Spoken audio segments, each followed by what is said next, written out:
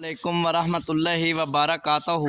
अल्लाह तबारक व तआला दे सोहने ते बाबरकत नाम तो शुरू करना जिहड़ा तमाम जहाना दा मालिक है। ते सजनों ते बेलियो की हाल चाल है तुहाडा? तकड़े हो? मुख्तारिया गल वध गई है।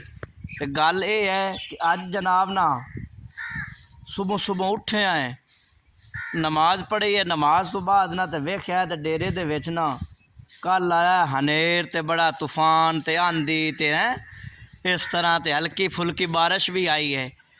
ते सुबह उठे है ना तो जनाब जड़ा है ना डेरा सारा गंद ना भरया आ ते दिल किया मैं सफाई कर लवीए। तो है जनाब ना हुण असीं कर रहे हैं सफाई ते इंशाअल्लाह ताला ना सफाई होई खोती है मुकम्मल।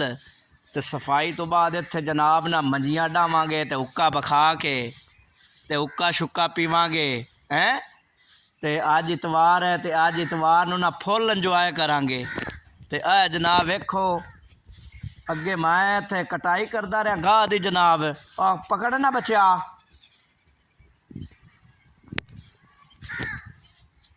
गाह अगों प्लाट चो सोहने कटिया है बेलियां ते कट के ना हुण कोई प्लाट हो गया सीधा पद्धरा।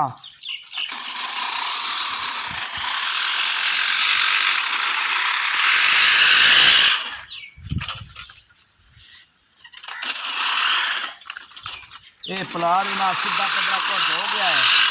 क्या इतनी मारते पे झाड़ू तो झाड़ू झूड़ू मार के ना ते उस तो बाद जनाब ना सफाई हो जासी। ते आखदे ने ना कि जी सफाई है ना ये ईमान का अद्धा हिस्सा है।